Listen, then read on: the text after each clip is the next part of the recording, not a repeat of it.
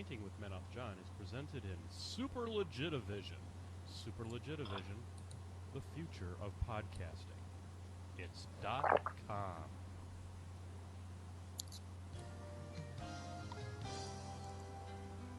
Hello, I'm Men Off John.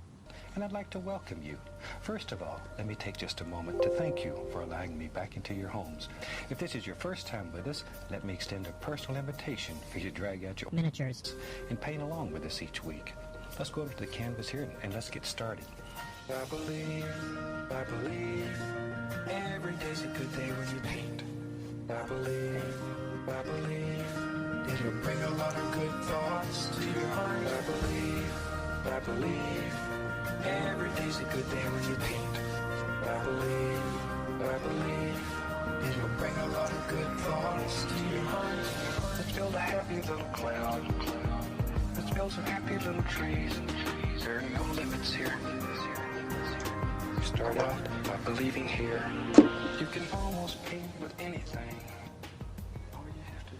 Yes, ladies and gentlemen, there is not a single damn limit to be had anywhere on this particular show. Ladies and gentlemen, it is Sunday night, and it is all right. Welcome, ladies and gentlemen.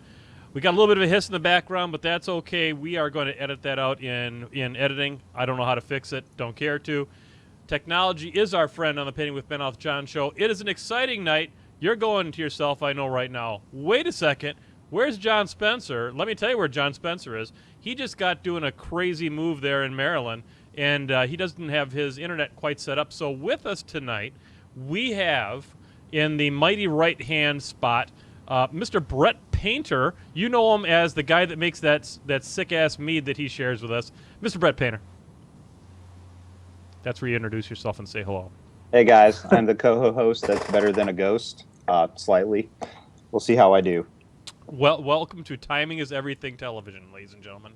All right, thank you very much, Brett. And in as our guest tonight, you know, folks, we've been, with all this hullabaloo with the Mark III on War Machine, we thought, you know what you need?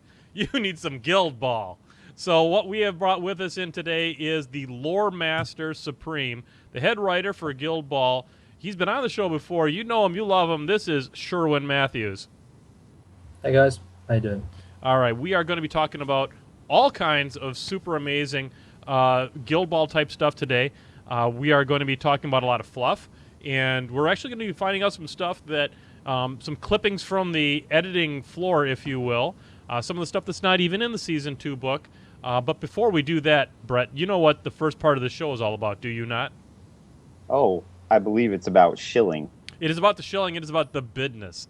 You know, we are all about the business here on Painting with Men Off John. You know, the lights aren't going to keep themselves on, Brett.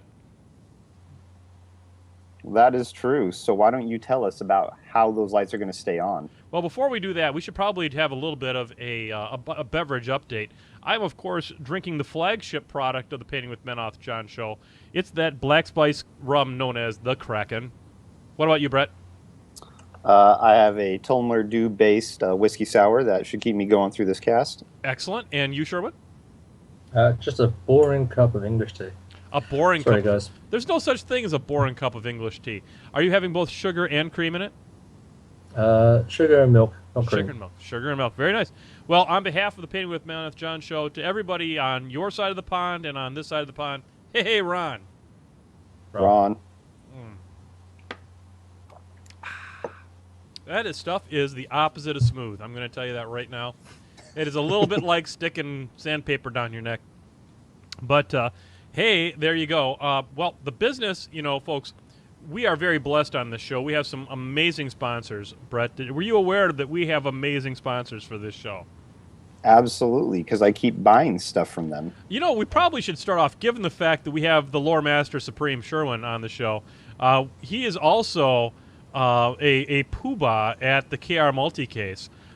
You know, ladies and gentlemen, if you really care about, if you give a damn, if you give a straight solid damn about your models, you know, look at this. This here is a Guild Ball model. I care about this almost as much as I care about my children. And because, well, probably more.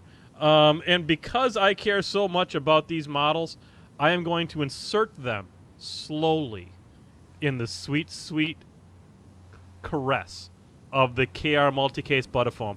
You know, ladies and gentlemen, only KR Multicase brings you the Butterfoam. It comes in blue, green, yellow, orange. They'll probably make it in plaid if you're Scottish. Did you hear that, Brush? Sure. But you have to ask for that special. They may or may not be able to fill that special request, but they'll be happy to hear from you. You know, I put models in my KR Multicase, and they come out in one piece. I can't say that about Rabblebone or the Babel or any of those other competing products out there. They're not the sweet, sweet caress of the blue Butterfoam from KR Multicase. If you give a shit about your miniatures, KR Multicase. All right. Also, and Brett, do you use KR Multicase? I do. I actually just swapped my whole army over for the trip out to Lock and Load. So from Maryland to Seattle, no breakage. No breakage. Did your models thank you at the table for moving them over to the sweet, sweet caress of the Butterfoam? Oh, absolutely. The big butt on Epic Resnick. He just said, "Oh my goodness, Oh I have not my. left the house in months because I can't get transported safely. Thank you, Jesus." Boom. Or thank you, in this case, KR Multicase. All right, ladies and gentlemen, we are going to move on now to Greenleaf Terrain. You know, in England, Sherwin, you guys use the metrics. Is that not correct? Something like that. We use both. We haven't yet worked out which one we prefer. You know, that's really interesting because a lot of times they'll refer to the other system as the English system, but then there's the metric also, and nothing says metric like that Greenleaf Terrain from Canada. You know, Canada, it's almost France, it's almost England, it's almost America.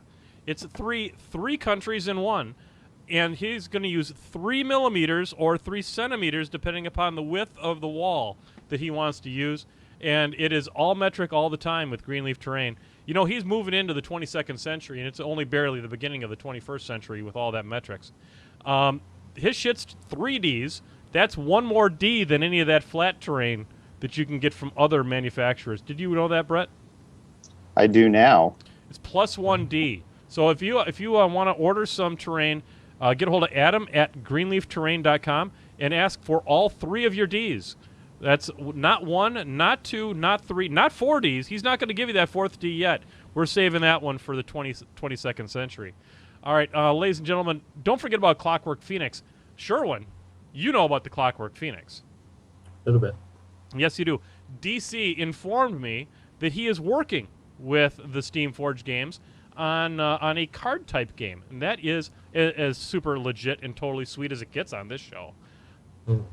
And also, I understand he's also working on the Dark Souls, which is another small game that people may have heard of that is coming from Steamforged as well.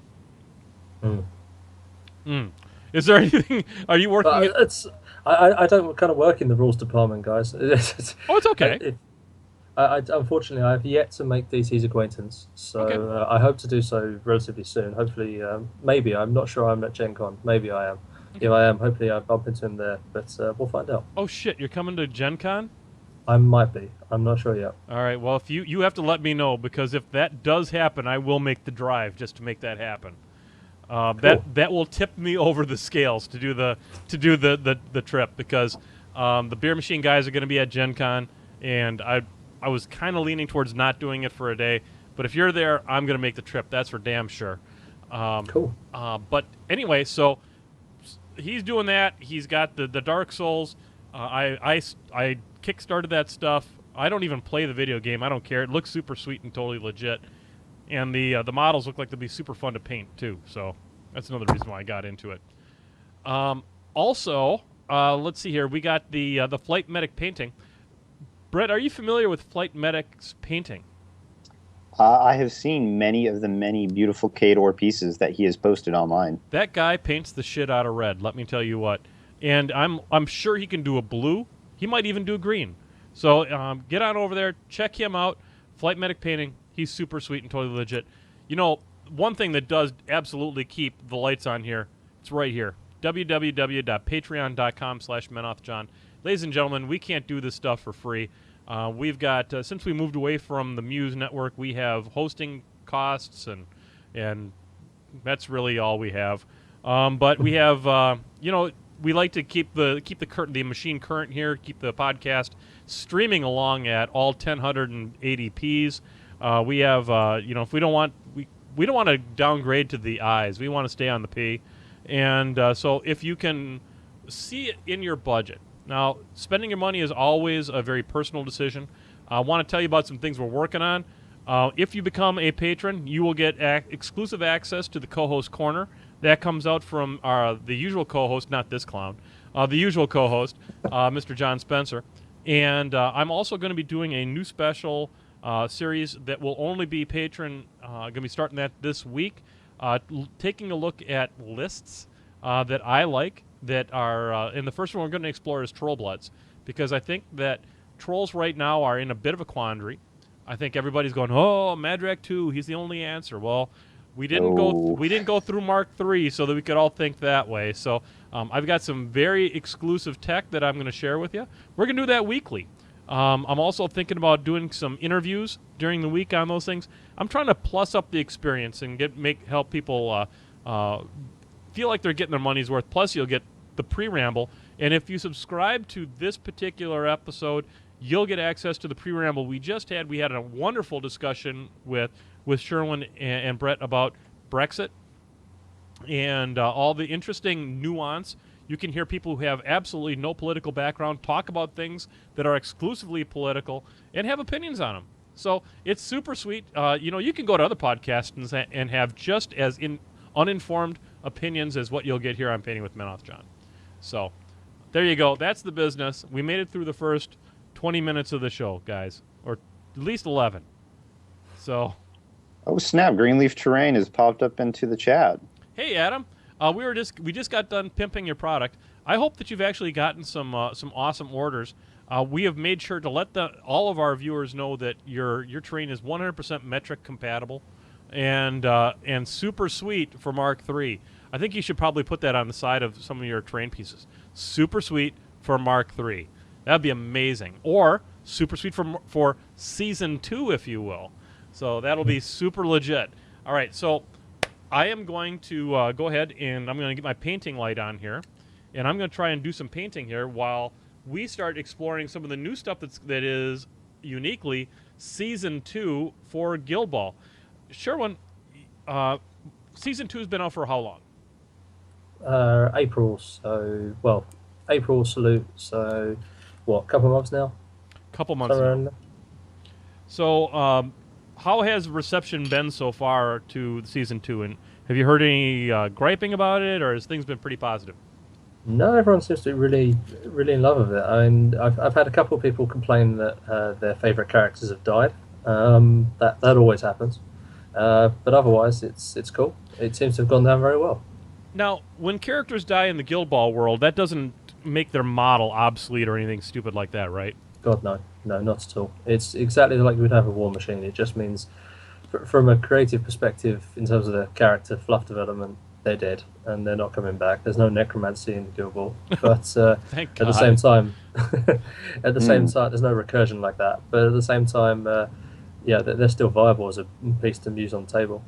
So is that like 100%? Because Casket seems to be a zombie.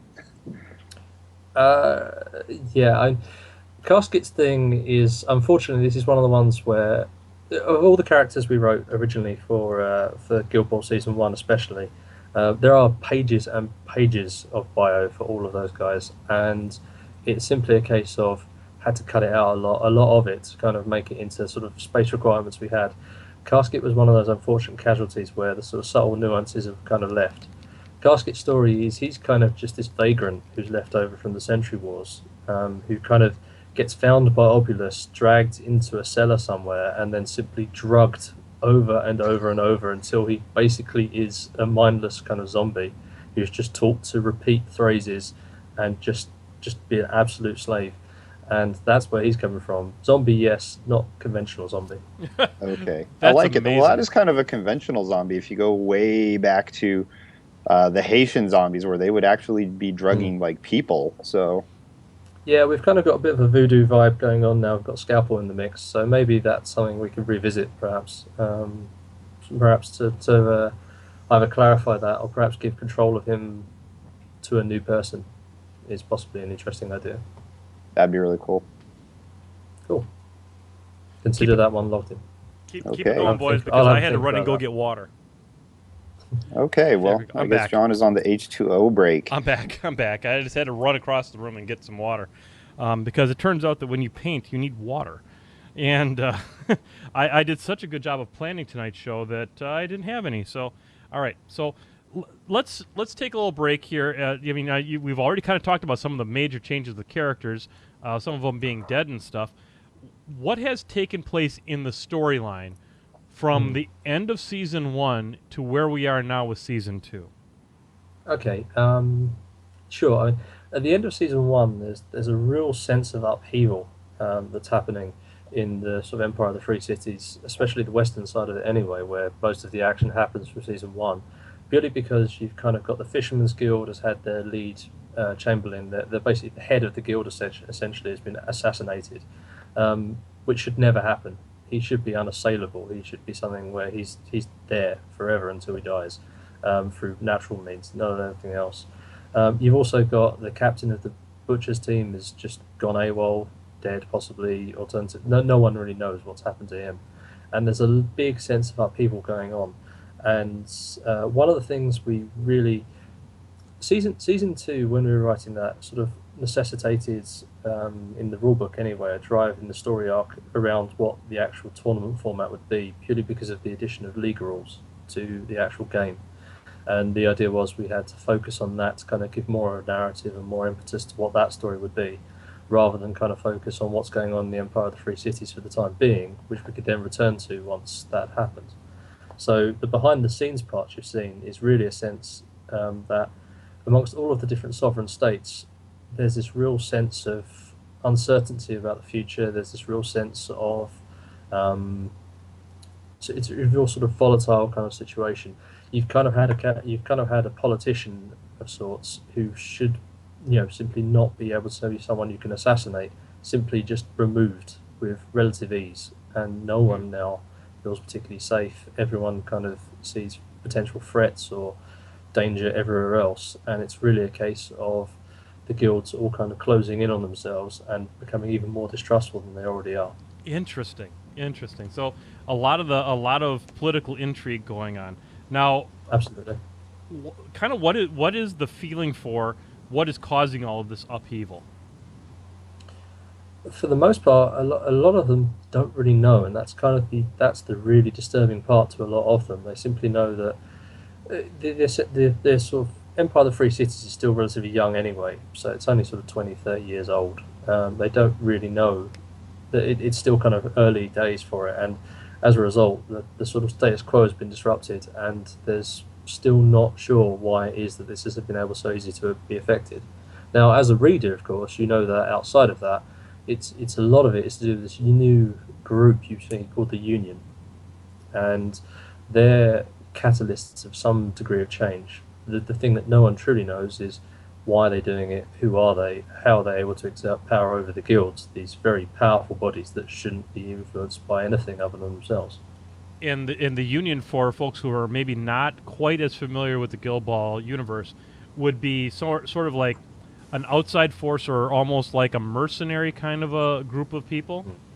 That's pretty much it. Or like a mafia almost. Perhaps, and that's the point. It's at the moment we've not necessarily explored what angle where they're coming from.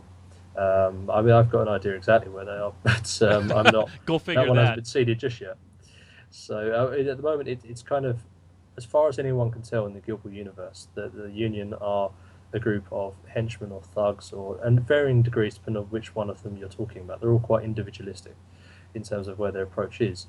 But either way, the unifying theme is they can just simply muscle their way into the guilds, onto the teams, and they've got agents that sort of get them onto there. The guys called Longshanks who keep appearing here, there, and everywhere. But at the same time, no one's quite sure how it is that they're able to exert that power, and that makes them very dangerous initially. So, well, I think you can get some of that desperation just in that opening fluff where for the season 2 book, where everybody's just so desperate for this first tournament of the season, so to speak, where they're trying to jockey not just to be the top position, but maybe to get favors owed to them by the people in the top position. That's pretty much it. It's Yeah, I mean that's even drives some of them to do things they wouldn't want to do. The alchemists sort of hiring a union player, Hemlock, who's very much against where they're coming from, for example, just purely to get that advantage. Hemlock is very much a character who's driven by kind of she's basically a pagan priest. She's very much sort of enamored with the old ways, worshipping old gods, old traditions, that sort of stuff. And then you have the alchemists by comparison, who are a very forward-thinking, very sort of secular movement, which is all about sort of application of knowledge over superstition. They're all about moving forward, creating new sciences. Yet they're still taking a step backwards to this individual, which is definitely against everything they have, purely because the power that she affords them by being there. And that's definitely a thing that's kind of continuing on. It's the same with the hunters. Let's talk. Let's talk a little bit about that, because now we have the hunters, which is a new faction that's come on board. What's their impetus for getting involved in this now, and where did they kind of come from that they weren't a part of season 1? Well, the Hunters Guild is always... there's lots of guilds in the universe, but obviously there's guilds for literally everything. But the Hunters have always been a guild there, but the thing that sets them apart from all of the others is they've never actively involved themselves in Guild Ball itself. Excuse me. Unlike all of the other guilds, who kind of have a team of some description or some involvement at the very least, the Hunters have always been not necessarily aloof, but separate from that. They've always been on the fringes of society. They haven't kind of integrated themselves into the cities and guild houses the same way as the other guilds have. They're really kind of out on the fringes.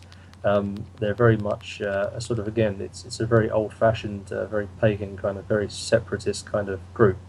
They kind of get involved purely because part of the machinations of a character called Obulus, who's the captain of the Morticians Guild, he essentially captures who's a union player but is really one of their own kind, a character called Minx, and effectively imprisons her and will only let her free through basically arranging for the hunters to enter this tournament, almost as instruments of his will,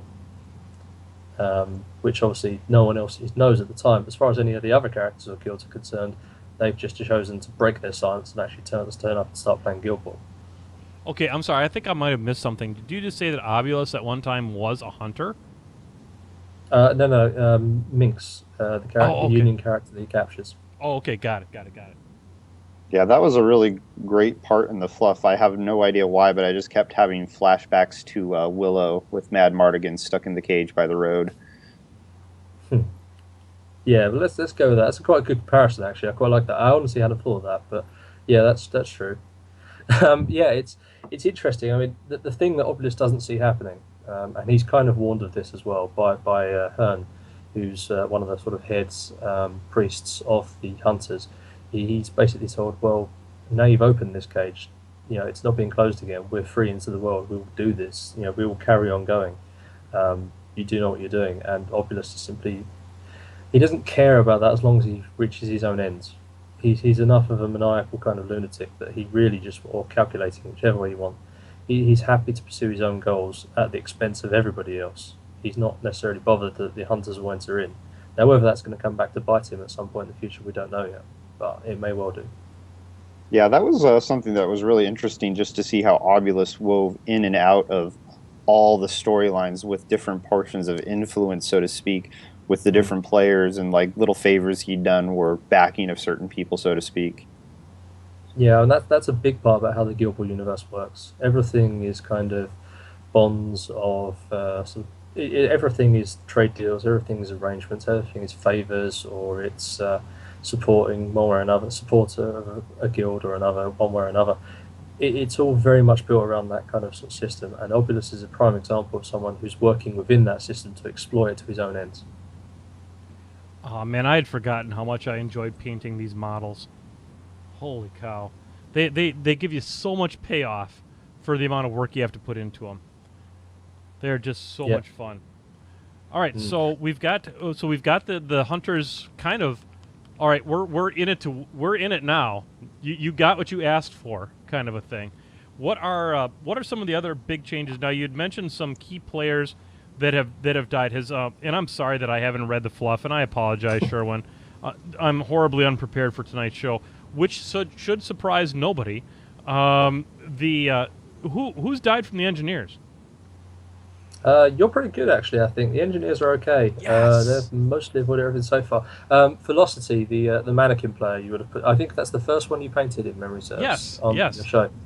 She kind of was burnt to nothingness and then got rebuilt. Um, Is that where Hoist came from? sort of. The engineers actually have a bit of a power struggle going on at the moment. The if you don't mind me explaining it, That the is why you're on the show, sir. cool, no worries. The Engineers Guild has its own breakaway, very militant kind of movement within it. The Engineers essentially are a guild where they really sort of they're basically siege engineers. They build engines of war. They build trebuchets. They build bolt Yes. throwers. Any weaponry you can think of that would be used in warfare. So when they're the only guild that really benefited from the Century Wars, these massive wars that were destroying all of the states across the land, because they're the guys who are really driving it. And as a result, they're kind of moved into sort of civil improvements now since the wars have ended and trying to reapply themselves. There's still a very big breakaway movement in that guild where they're essentially kind of trying to reignite the Century Wars. One of Really? the big proponents of that is Pinvice, the new captain of the Engineers. The one I'm She's painting right now. Exactly. She's definitely a high-ranking officer in that sect, and she she looks at what the creations are, like Velocity, the other mannequin, and kind of thinks, well, I would much rather have a team of controlled automatons working for me than I would actual humans. They're much more reliable. They'll do what I want, and that's it. Now, once she gets her hands on the remnants of Velocity's sort of burned remnants, as it were, she kind of reverse engineers it, works out how to make that or how to replicate it, and then as a result, then introduces players like Hoist and also the Spider Queen to as her inventions. They're ideally sort of models, characters which are her slaves effectively. Interesting.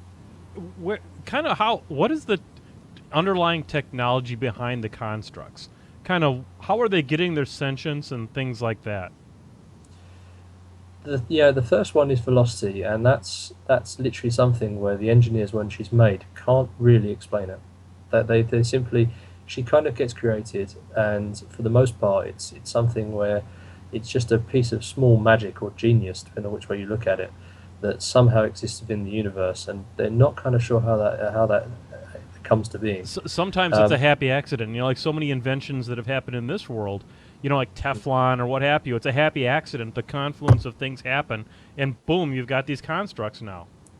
Exactly, and the only person who really knows how to replicate them properly, or the only two who really seem to have done this, is Ratchet, who his ones are less sentient and more kind of remote controlled, such as Mainspring, the small mascot from the first season.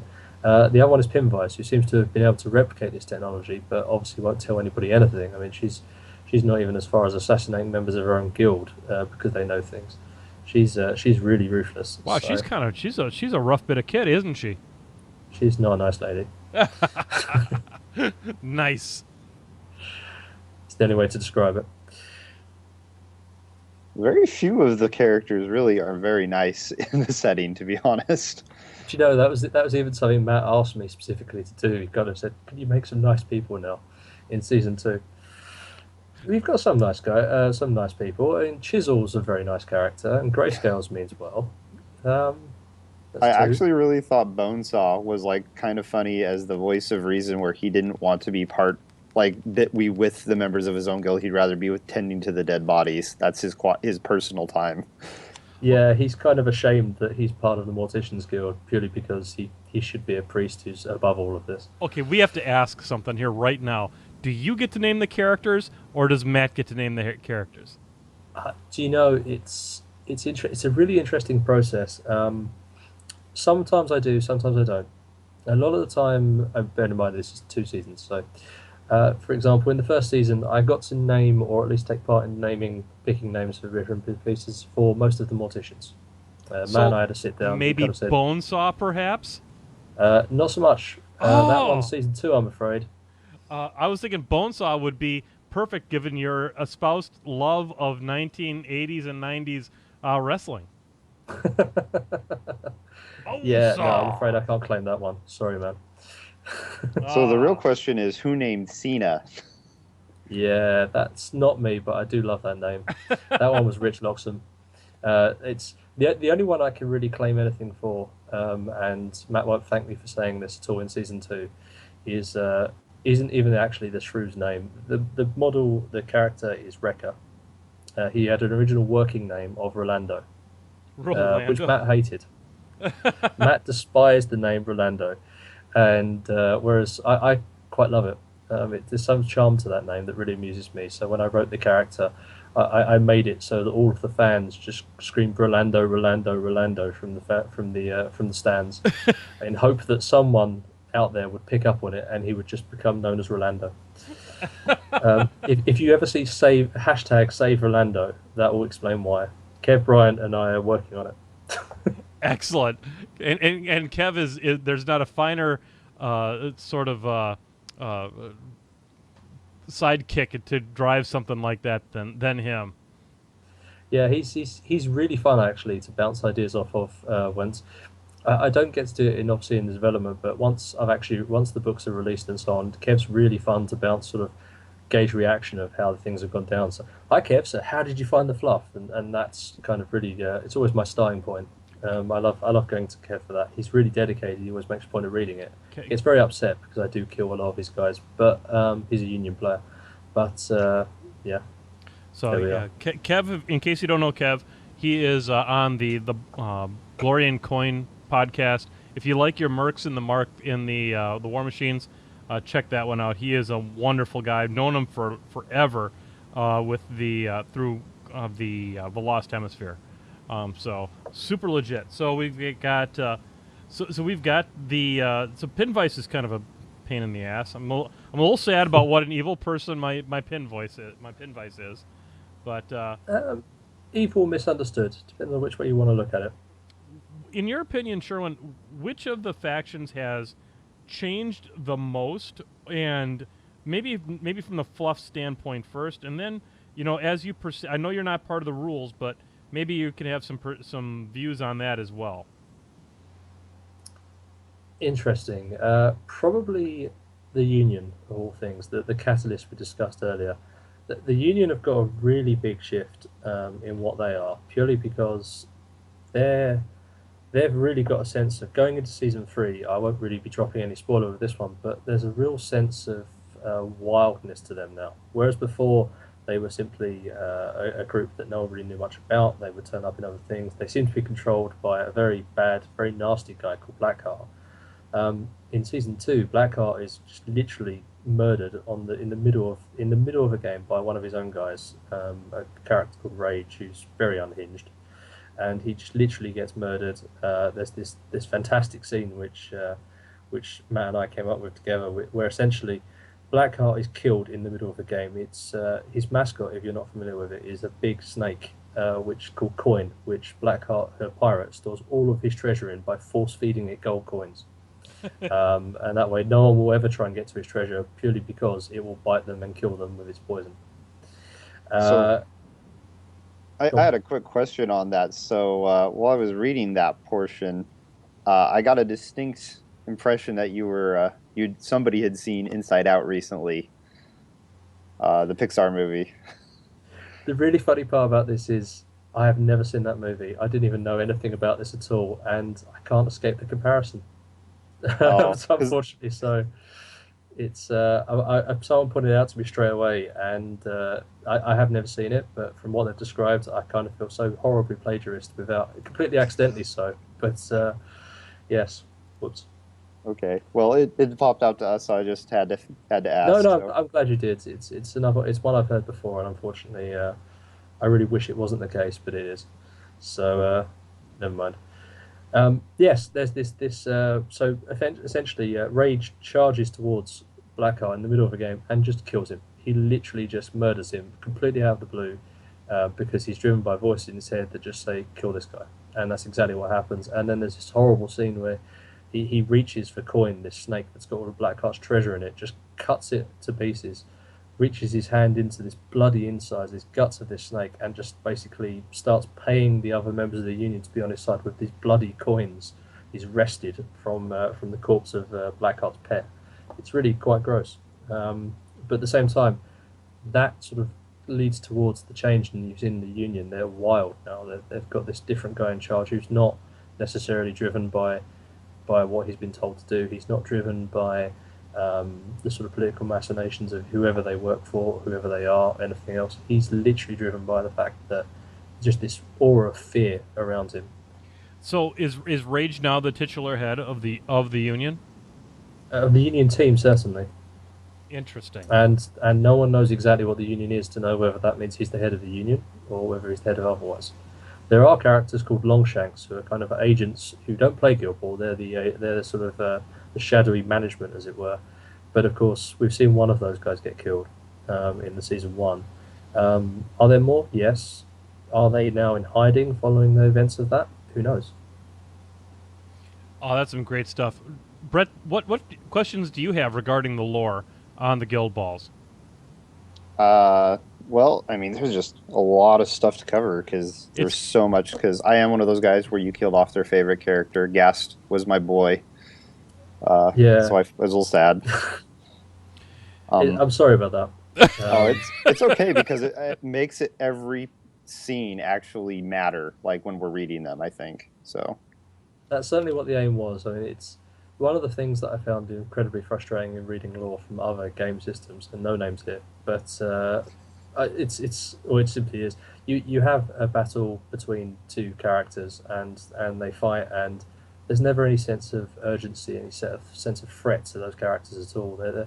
You always know that at the end of it, they'll be swept away by battle, or someone will be injured and then carried off by their men, and will be fine in the next scene. It's always written off that way. Sort of like Rivateer Res, or something like that. No, not at all. No, of course, I'd never say anything at all those lines. No, it's you have it in everything. It's not just PP. It's not just GW. It's everywhere. I mean, the characters simply don't get killed because the approach is, well, if we kill this character, then how can we still use them in the story arc, or how can we still, how can we still? This character can't then be made into another model or something along those lines. Well, yes, but at the same time, if you happen to have a character who you think you create and then they get killed, there's no reason why you can't make another version of them and then just give them a slightly different name or a different face. There's no reason why not, is there, as a game mechanic standpoint? It's not that limiting. And I think that this gives Guild Ball a sense of urgency. It does give that impact of, no one is too safe. No one's wearing plot armor.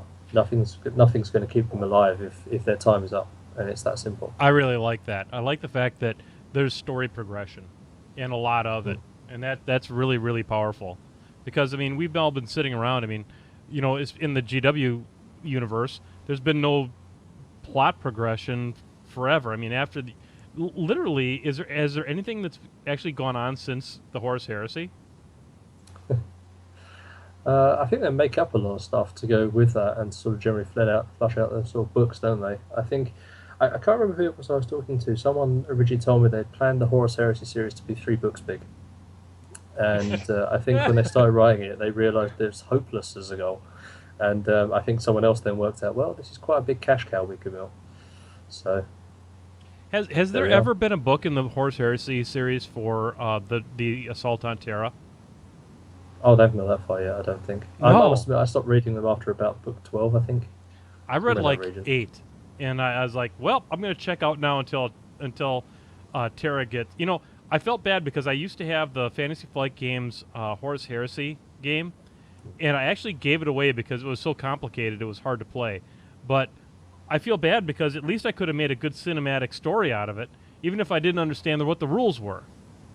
Yeah, it's a lot of fun, that game. I played it a few times. It's one of those ones where one of my close friends and I, we kind of play it at Christmas times every so often, and it's very it does lend itself to quite cinematic games. It's just you have to get through the rules. Yeah, that's kind of the battle. It's a son of a buck from a rule standpoint. Brett, who else? Who else has gotten killed from the season 1? Oh, good God! So there's so many. I got to go back through. So there's people who are killed and people you are guessing might be killed based off of what people are saying. I'm gonna be selfish. Gutter sounds like she's in real trouble because Rage seems to have this thing where he's like, well, she was down with the old man. I got to get rid of her quick. Yeah, not gonna argue there. And then depending on, because there's a couple captains who died besides Ox. I'm trying to remember which exactly, but there's just so many across the board. It's just shocking, and it is kind of freshening to see that in a game. So what about the Brewers? Who cacked it from the Brewers? I think you're okay with Brewers. I don't think there's any Brewers that have been taken out too much at the moment. Sorry, Yeah. you guys. I think I'm having issue with my internet, so I'm dropping out video. Sorry about that. Yeah, it's. I think Brewers are okay. I think they made it through. I mean, the big division there is more so much you have a new captain on the scene who's definitely created a polar opposite, and you now have this very. You've got these two patriarchal figures. You've got sort of the father figure, and definitely you've got the mother figure, i.e., in Estes and Tapper, and there's a real kind of fight between who's going to go which one of them. Yeah, I thought that was really cool how you had some of those dynamics where you had the opposing forces with the new captains versus the old. Then you had obviously the ones where the old captain's dead with the new captain trying to fill in their shoes, or in the fisherman's case where Shark has just been placed to the side because he just couldn't get it done and they brought back in Corsair. And then you have Scalpel, who's just like this proxy for Obulus. It's like kind of the whole shebang, like across the board. Yeah, we definitely didn't want it to feel like the captains were simply replaced, as in they're all just red-shirted. Kill this captain, kill that captain, kill this one, or incapacitate them and bring in the replacements. All of them have quite complex relationships with how they're doing it. Shark, for example, he's a guy who always felt very insecure about his promotion to captaincy. He was never a guy who was really comfortable with it. He was always definitely something where he was put up there as very much useful at the time because no other figure existed. And when the Corsair returns, as far as Shark is concerned, if it's for the good of the team, he doesn't mind stepping aside. He's probably the only one who voluntarily does that and doesn't really care too much. Then you have someone like Midas, who's very much, he's still around and he's still fighting the fact that he wants to be captain, but doesn't have the power to be captain. Yeah, that was really interesting to see the manipulation, not from, like somebody outside the guild, but, with Calculus in there trying to get, her girl in there, which is a whole another really interesting topic with that relationship. Because I wanted to touch on that at some point, because I thought that was really great that you guys had, same-sex couples in this universe, which is not something you see in most mainstream wargaming. So, no, gender in the Empire of the Free Cities is really a very liberal kind of term. Effectively, sorry, I should also say homosexuality is a very liberal thing. It's almost like men and women are extremely equal in the Empire of the Free Cities, and that's always something we wanted to be the case. It's rather than the traditional setting where you'd have kind of male superiority or anything along those lines. That seems so against what we wanted it to be. That's definitely not where we were coming from at all. And whilst I can happily admit, due to the original concepts of what some of the characters are, for example, Smoke originally, as far as I understood anyway, was male. Yeah, I know. And was introduced and sort of suggested to me quite late on, she's a chick, right? Oh, well, it doesn't matter. It's simply a case of it's just, a different relationship. It's the same thing, just different gender. It doesn't really make any difference. Why should it? No, I liked it because it came off as that. It wasn't this weird, fetish, it is a relationship that they're trying to, Calculus is at least trying to push forward and make her the captain and make her the standout over Midas. So. Well, that makes me very happy. I mean, I think from a wargame standpoint, the communities have tended to not be as progressive maybe as they could have been, and that's good. People just need to be appreciative of who everybody is. So, yeah, I'm good like that. Well, I think, at this time period, we're a hobby that tries to be inclusive, because so many of us, I'm sure at some point, were excluded, that I just find it silly when people try to point to somebody as an other and keep them out of the hobby. So. Yeah, that's definitely not what... I mean, that's a whole big thing we try to keep with Guild Ball, and I think that's worked so far. I've certainly had no bad feedback at all about that relationship or anything else, which is all good, as far as I'm concerned. I'd be really upset if there was anyone who did come back to me and say, spoiler that no one really will be that surprised, but Flint is gay. And I've had no bad feedback. He always has been. He always will be. I've had no bad feedback about the fact there's quite a prominent member of the Masons Guild is a gay male. That no one cares. No one cares that Calculus has turned out to be a lesbian. No one cares. That's what it should be. I have plenty of reasons to hate Flint, and that is not one of them. Yeah. Actually, no. The new love is to hate Hammer. I'm told he's and again, nothing to do with anything other than the fact that he's such a bastard to play against. I just love it when somebody yells "hammer time" just when they activate him. It's just one of those things that we have in our area. So that's kind of why I really do want to buy into Hunters. That way, every time I activate Cena, I can say, "Your time is up. My time is now." Should have like a sort of MP3 player or something playing next to it. So you could start the intro music. Yeah. Oh, I might have to just every time. Just like that. my son walks around the house humming that frickin' song. Hey, hustle, loyalty, respect. Your kids learning it young. He is going to be so it's a wonderful thrilled. Piece of music. It's really iconic. When he's going to be so thrilled when I pony up on the WWE network later on tonight. Good stuff, man. Good stuff. You get a lot for that $9.99. Yeah, they've cut out most of the stuff that you would want him watching, as far as I can tell so far. So you're all good. If there's one thing that Vince McMahon is all about, it's about his brand. So don't let him watch Camp WWE though. It's a cartoon on there, and it is not child friendly. Okay, got it. Thank you. I haven't got that far yet, but there we are. So we are. I'm having trouble keeping my camera focused here today. It's I'm 48 years old now. Keeping my camera focused, it's an issue. All right, so I actually may have. Let's see, we're at 7:17. We started the real show at 6:30, so we are coming up on probably questions at this point. If anybody in the chat room has any specific Guild Ball questions, please ask them at this point. If you don't have anything, please, we can continue to talk about the different things. Brett, we lost your smiling face as far as video. Is there something on your end that kind of went kerfuffle, or? Probably. I'm running the Mac, so it's it is what it is. No, there we go. Oh, here we come. Yeah, there you are. There I came. Right.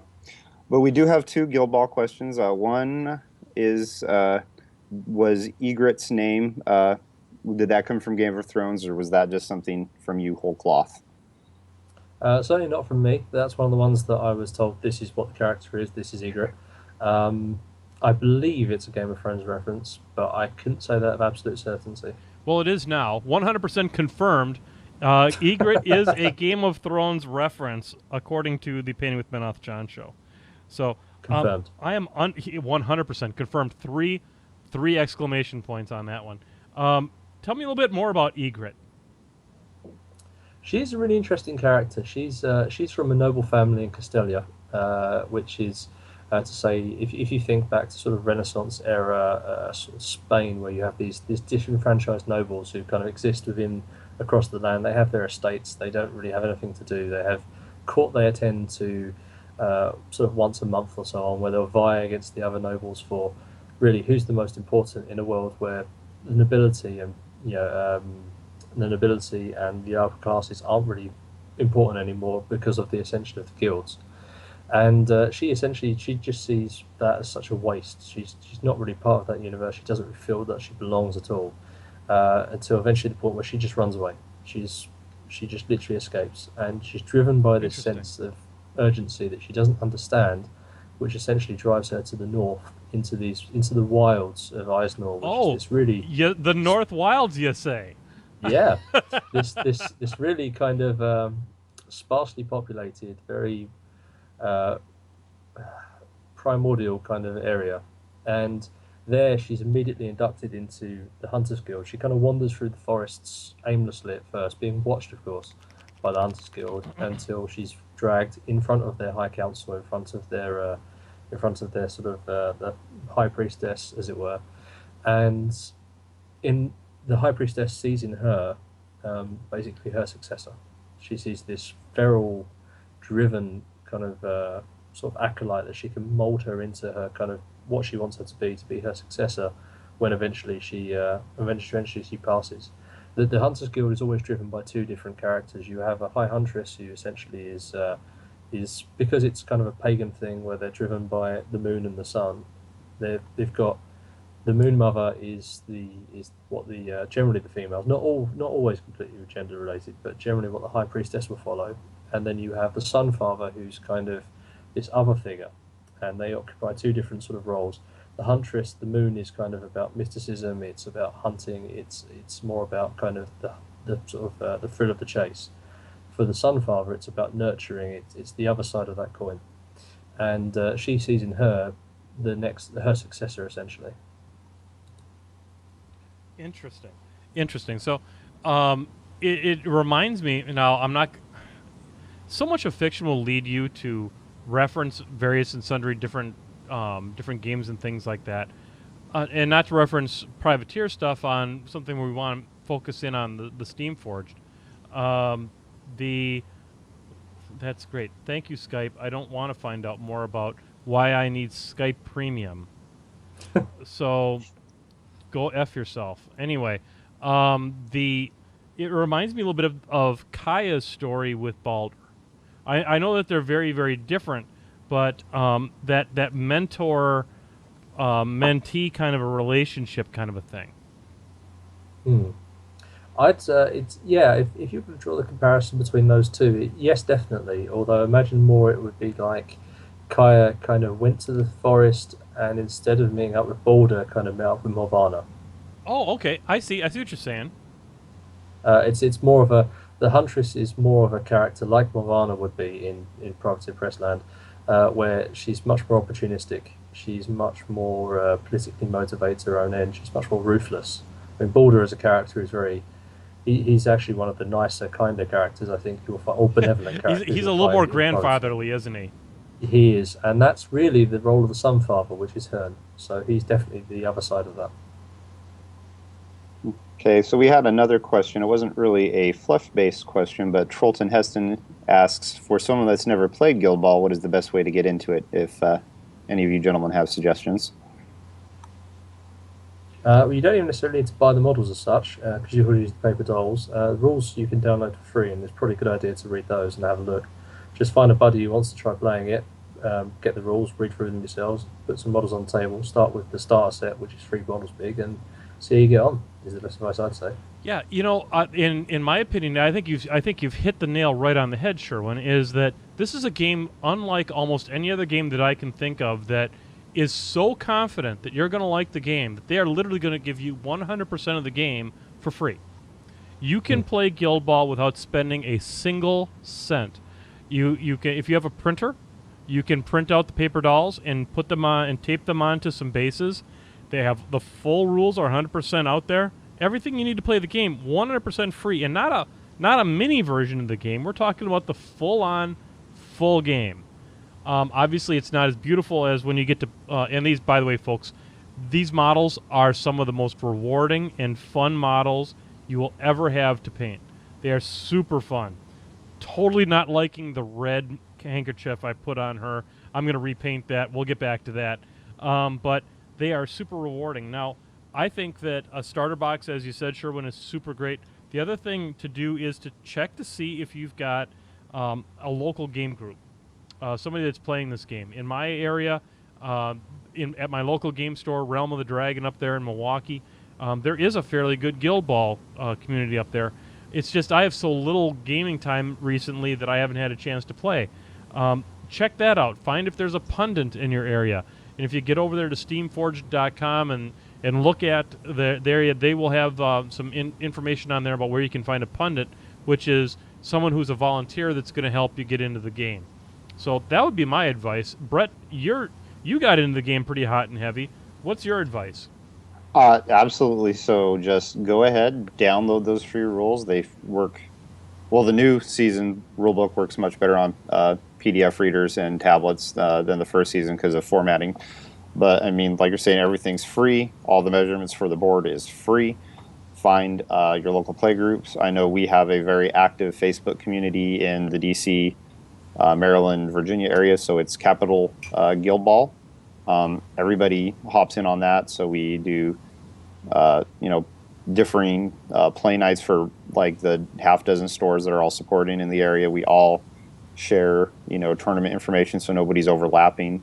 It's, a very good community because everybody's in that ground stage right now to build it up, and so people are being as accommodating as possible. We have a very set schedule. We pick one game store that we are supporting, my group in particular, myself, PG Devil Squid, and some others. And we're at GNS, our local game store, Games and Stuff, every Sunday, and that is without fail unless we're at a tournament that weekend to help do demos.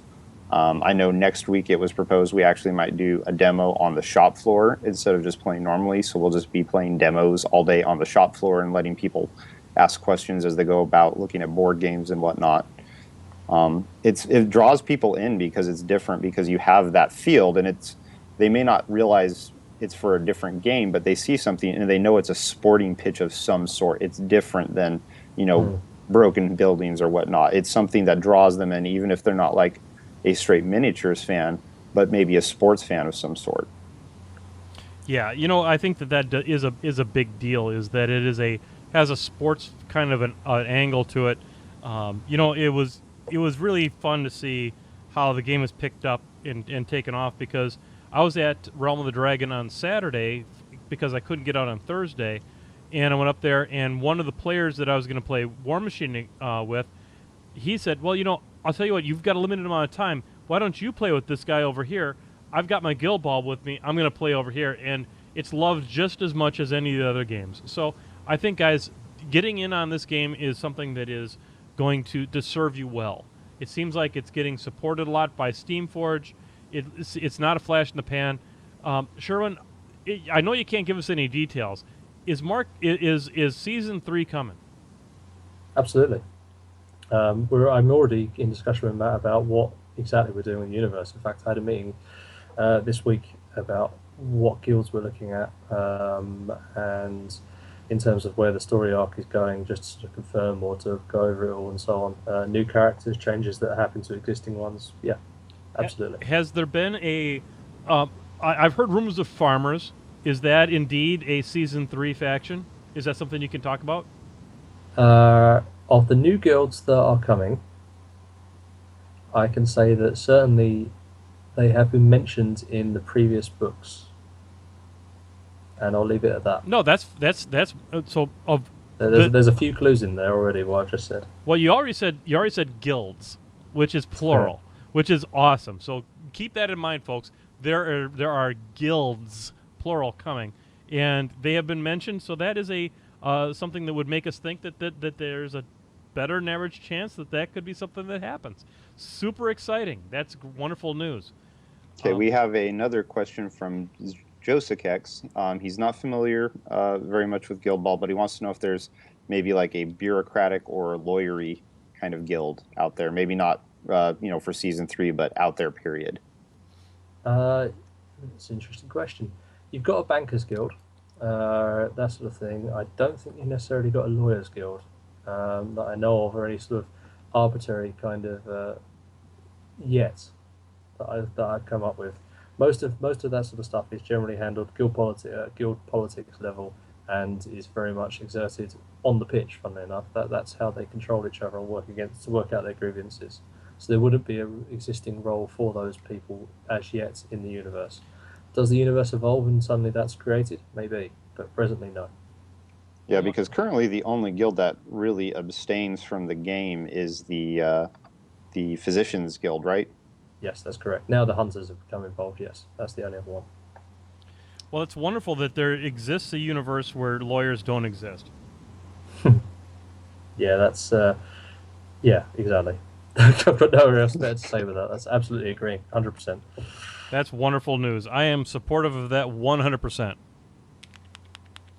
So. Yeah, no, it is nice to see that they just go out there with a cleaver or what have you. They settle their differences person to person.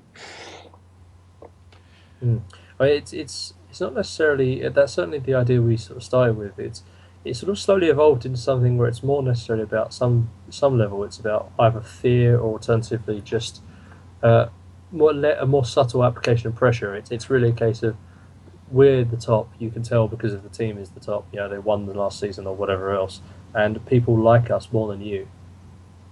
And it's not necessarily a straight popularity contest, but it's kind of not necessarily just as base as I will go kill you with a cleaver if I can. There's a lot more going on with that sort of stuff. But again, this will come out in time. I know because of the deaths, it feels necessarily a little bit that way with some of the guilds. It's not something necessarily that should be focused on. Hopefully that will come out a little bit more. Well, I'm really anxious to see how you evolve it, because I do sense that there's a very big redemption arc maybe for Harmony coming up, maybe, you know. Yeah, and if this Harmony we're by nowhere near means done with yet. There's an awful lot of characters. Some of them are a little bit sort of. It's not to say they're not being focused on, but they are sort of step back by nature of what they are to other characters, for example, purely because there's just nothing much going on with them presently, and some more pressing. But especially with the Mason's Guild, you've certainly got a very interesting dynamic going on at the moment with Honor, Hammer, and Harmony. That's a big kind of that's a big mess it's going to happen, that will develop into something soon, I think. Okay, another flippity bloop. So, fluff-wise, why do Guild Ball factions compete on the pitch? Is it just a game to the factions, or are there other driving factors? Originally, Guild Ball is a religious ceremony which is widely popular but isn't really paid attention to by any authorities. And then the Century Wars happen, which is this. Well, if you're not familiar with the universe, it's this massive landmass which becomes known as the Empire of the Free Cities, and there's lots of different sovereign states which generally tend to be these sort of nations which are built up around one massive city, or alternatively they're built up around lots of united cities. And there's this war that begins called the Century Wars, which goes on it literally goes on for lifetimes. It's this incredibly destructive, massive, all-encompassing war where everybody is drawn into it, and it's decimating the people and it's decimating everything. Now, the guilds are these international bodies in this universe who kind of get together and end that war, and they can't have it happen again because it's more than anything, it disrupts their business. It means that they cannot exist as they want to, and they see in it power which they can then control everyone with. Now, Guild Ball was originally designed as two things. Firstly, it's a way for them to settle disputes amongst themselves. So if a guild has slighted another one, then Guild Ball is a good way to do that. It's conflict without being necessarily warfare or bloodshed.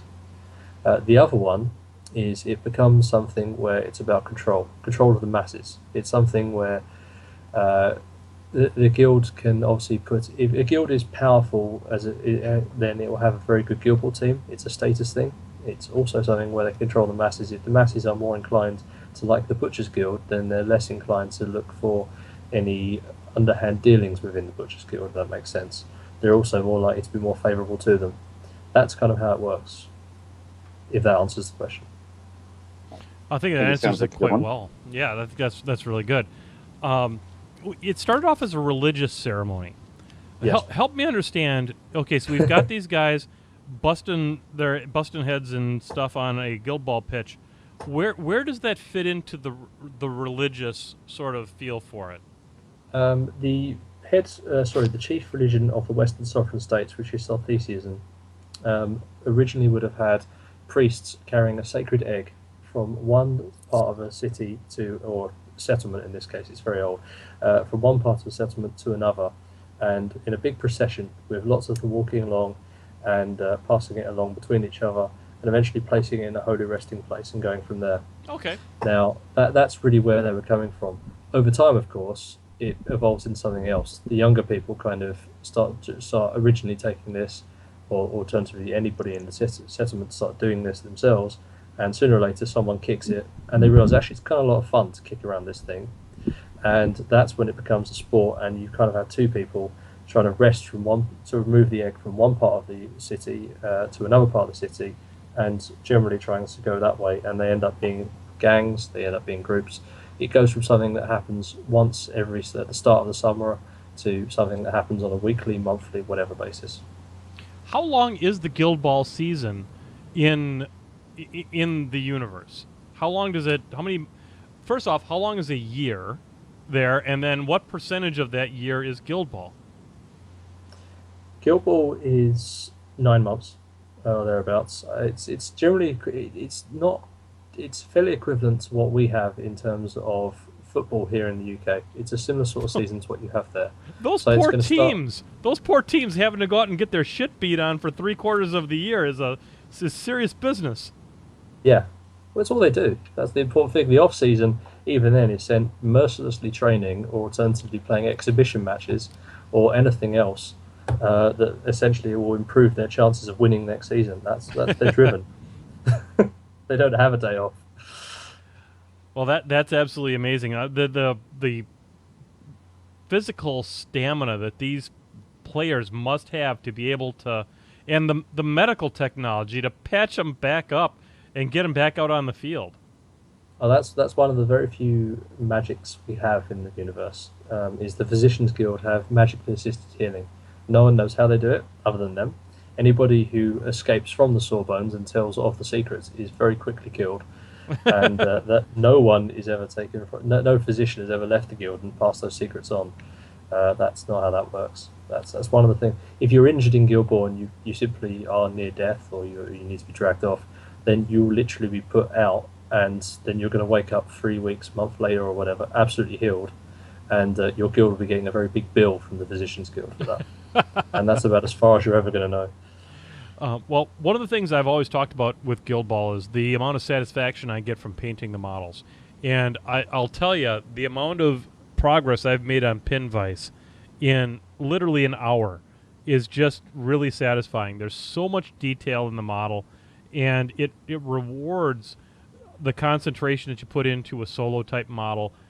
These are absolutely beautiful models. They are smaller than what you might see from some other games, but that doesn't mean that they're lesser models. They still bring so much to the party. And Brett, I know you're an excellent painter, and not only in your last name, but also in regular life. The irony of your last name and the fact of your hobby is not to be mistaken. But how have you enjoyed painting the models from Steamforged? I love painting them because most of them aren't too small. Like, I've had a problem with certain Malifaux models. Like, I love those models, but some of them are just too small on the details. And then on the opposite side, there's not so many details on them like some of the more like involved War Machine models with, like, you know, a million hams and bullet bags all over them. I think the most detailed, in-depth one would probably be Scalpel, who I just did, because she has, you know, multiple layers of overlying straps, but that's nothing compared to like all the different like layers of armor that I have to do for Protectorate or Scorn or something like that.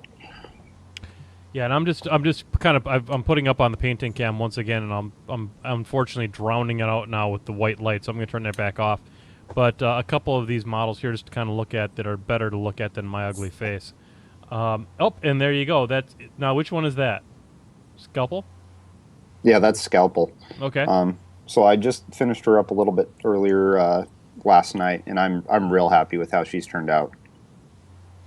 Well, terrific. That is it's really good. So, anything else that you want to share with us, Sherwin, on the fluff of Season 2? Yeah, there's a lot to ask. If people are interested, they can always message us over on the forums, and I'll happily discuss it, and have already been doing so at length. I'll happily take time to my day to talk about this universe with people who are interested. I mean, without a question to go with, there's not too much to pass on, really. It's keep an eye out for Season 3. If you're interested in what happens in Season 2, in the time period of Season 2, in the rulebook anyway, what happened back home effectively when it's not happening in the far-flung north, then that will definitely be in Season 3. So certainly there's quite a lot to keep up with.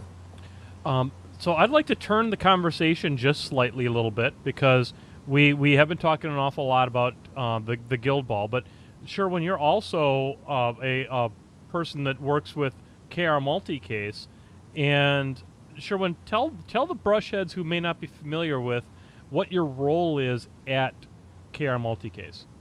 I'm lead product development. I also work in a sort of office management kind of role as well. Okay, so you come up with some of the new foams that are to fit some of the more challenging models that are coming out for various and sundry different gaming systems. Yeah, I kind of get I get the fun part of having to help coordinate the team when it's a case of designing the trays, and also sort of helping decide what the right trays are that we need to focus on and what we need to get for that sort of stuff. So, for those of you who have not gone to the KR Multicase, and folks, I am a shameless shill. I will be the first person to throw that out there. I am as bad as it gets, but I literally will not represent a product I don't personally believe in. And I think one of the things that KR has really improved in the last year or maybe year and a half is their web store and the ease and availability to pick out specific foams for specific applications. And, you know, Sherwin, you and I, we met at SmogCon, not this last one, but the SmogCon before, and we got into some discussions on a troll layout that worked out really, really good. And then the really exciting thing for me happened when the Glacier King and the Mountain King could fit in the very same card box. How does it go? How do you go about working with the different models to figure out how it's going to fit into a foam? To be honest, it's a case of getting the model, assembling the thing, working out how it's going to go, how it's going to work in terms of multiple arm positioning, that sort of stuff. Obviously, for a warjack, for example, that's a good example. And then it's really a case of just drawing it in its basic sort of form. And then it's in various different ways up it might go, and then seeing where you can fit it. And there's no scientific way of explaining that, really, for the most part. It's a case of having essentially what's a sort of template of, we need the model to be able to fit into this. This is what the dimensions of the model are. Making a compartment and then trying to fit it into it and reduce the size of the compartment down enough that it's a universal enough fit for something like a warjack. But at the same time is reduced. It will allow it some improvement to actually move around if you need to adjust the model slightly, but at the same time be restrictive enough that will hold it in place. And it's really sort of working within what your height tolerances are, your width tolerances, and so on else. We were fortunate in the case of the Glacier King. We kind of tried it on its side. We tried it face up, face down. It was perfect, and that's the good thing. Face down was amazing because I was very. I love to the new version of the Mountain King is amazing. The Glacier King in Mark II and Mark III was super fun to play with. Have you seen the pictures, Sherwin, of the next one coming down the pipe, the Sea King? Do you know? I'm hoping it's a minion gargantuan. It is not, because I play minions. I don't care about you trolls. It's a dire troll. I hate to break it to you, but it is a dire troll. It's of the Mountain King family. I am afraid. Yeah, but they could have captured it. It's pigs. Okay, it's this sort of stuff. You're gonna have to wait for that Dracodile. I will tell you. Tell you, Sherwin. If you and I play a game, I will allow you the Sea King as a minion. because it's super legit and fluffy. I'm still assuming that it's a big bog trog, a really big bog trog, and they just haven't got around to putting the head tentacles on it yet. And I'm sticking with that story. Stick with it and roll with it. You know, if it makes you happy, we're all about it here on Painting with Menoth John. There's no doubt about it. Rules are for the weak and stupid. That's our slogan. So that would be amazing. You know, as you mentioned, Brett, the Dracodile's got to be coming down the pipe next, don't you think?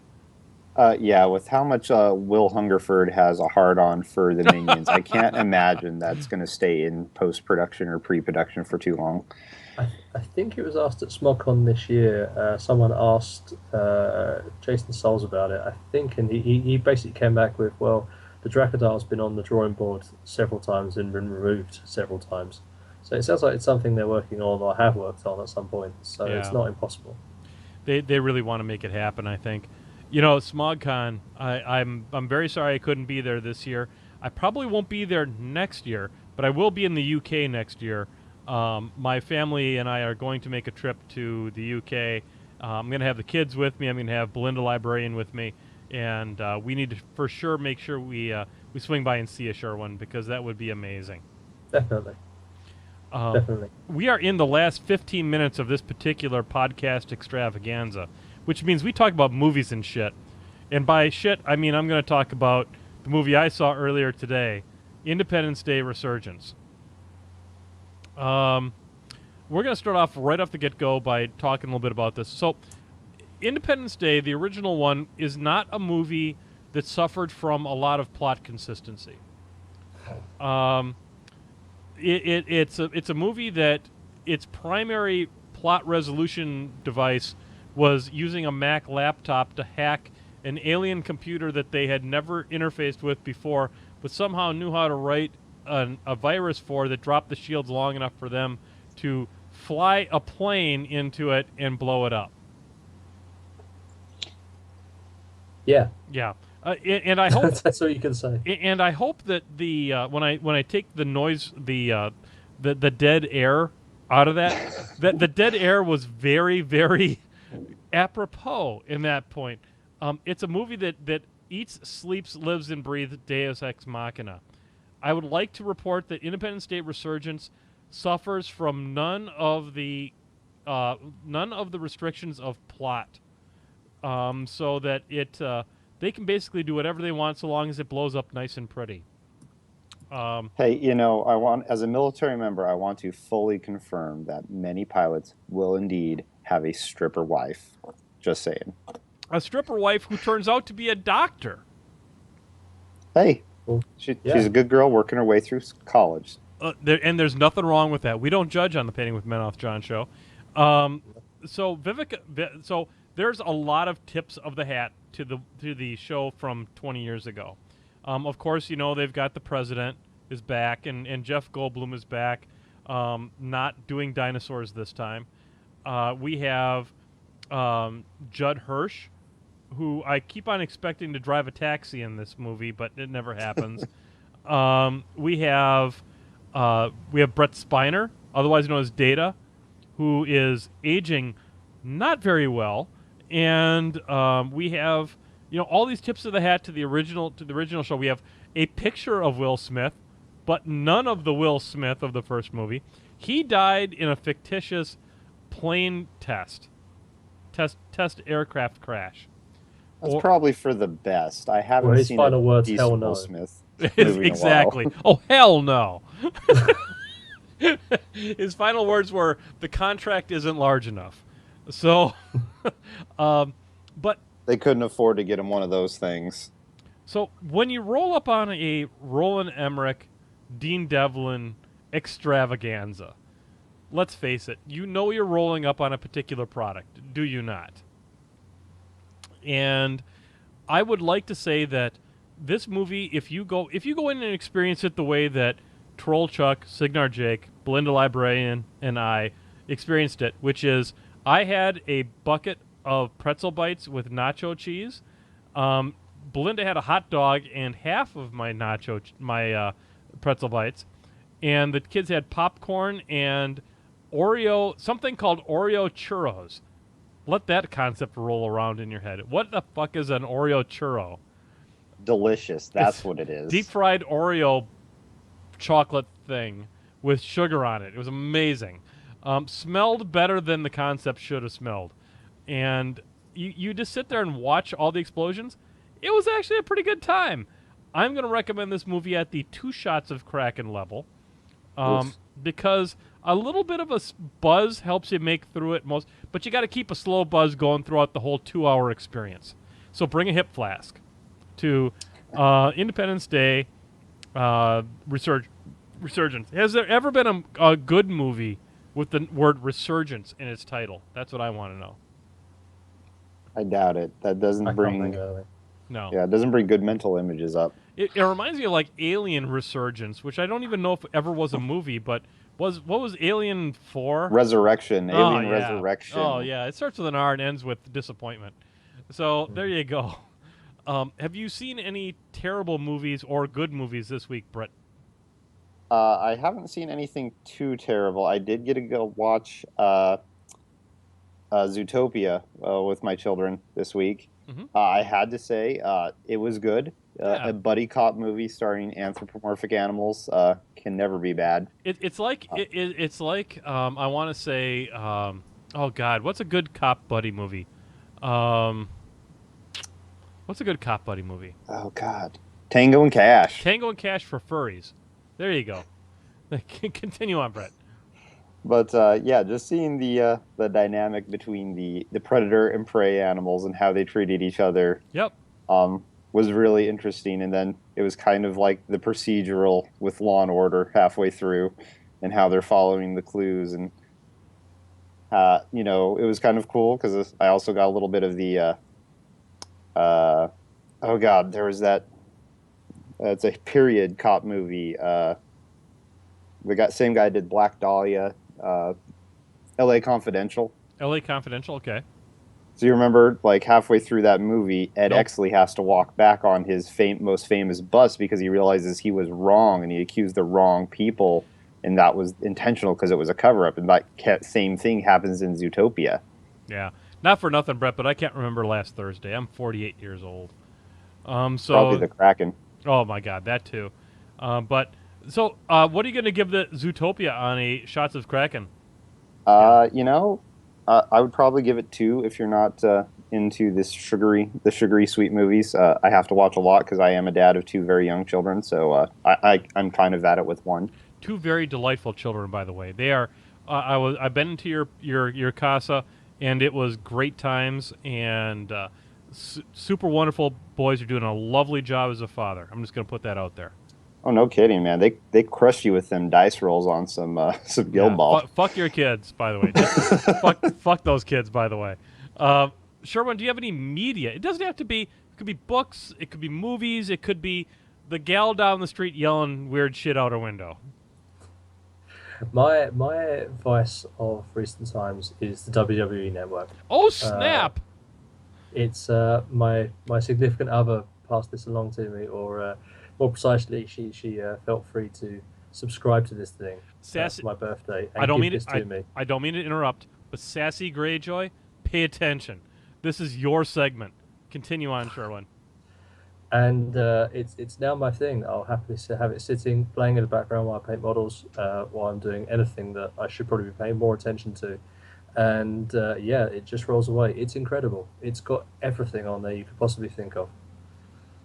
It truly is. So, what is your favorite wrestling match you have ever watched on the WWE Network?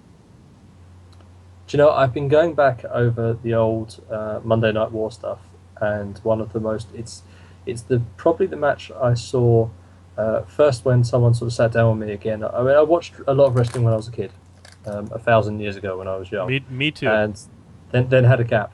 And one of my friends, a guy I don't really know anymore, but basically said, it's got much better. You should watch this sort of 10 years on. And he sat me down and we watched this wasn't necessarily on the network, although I have watched this match recently, which was Undertaker versus Mankind in the Hell in a Cell. Oh, where shit. Mankind gets thrown off that the sounds top. amazing. Yeah. That was like the most brutal match ever. Yeah, and imagine if like you're a guy who's not watched wrestling since the days of Hulk Hogan and Sergeant Slaughter and those guys. Oh my God! And then someone says, "This has changed. Watch this." And then the first thing you see is a guy get thrown 20 foot off the top of a cage into a table and smashed it to pieces and dragged off in a stretcher. And you're thinking, "This has blown my mind." I have such a hard erection right now. I don't even know which way to turn. He gets dragged off in a stretcher. He gets back up, climbs back on, and continues the match. Nice. Getting smashed back against once through the cage again. And then the thumbtacks. Oh my God. Yeah. I'm so into this. Okay, I am absolutely subscribing. You know, I didn't think it could possibly be this cool. But as you said, Sherwin, during the pre-ramble, basically when Vince McMahon purchased all these different properties, he got rights to all of these regional wrestlings, their video archives.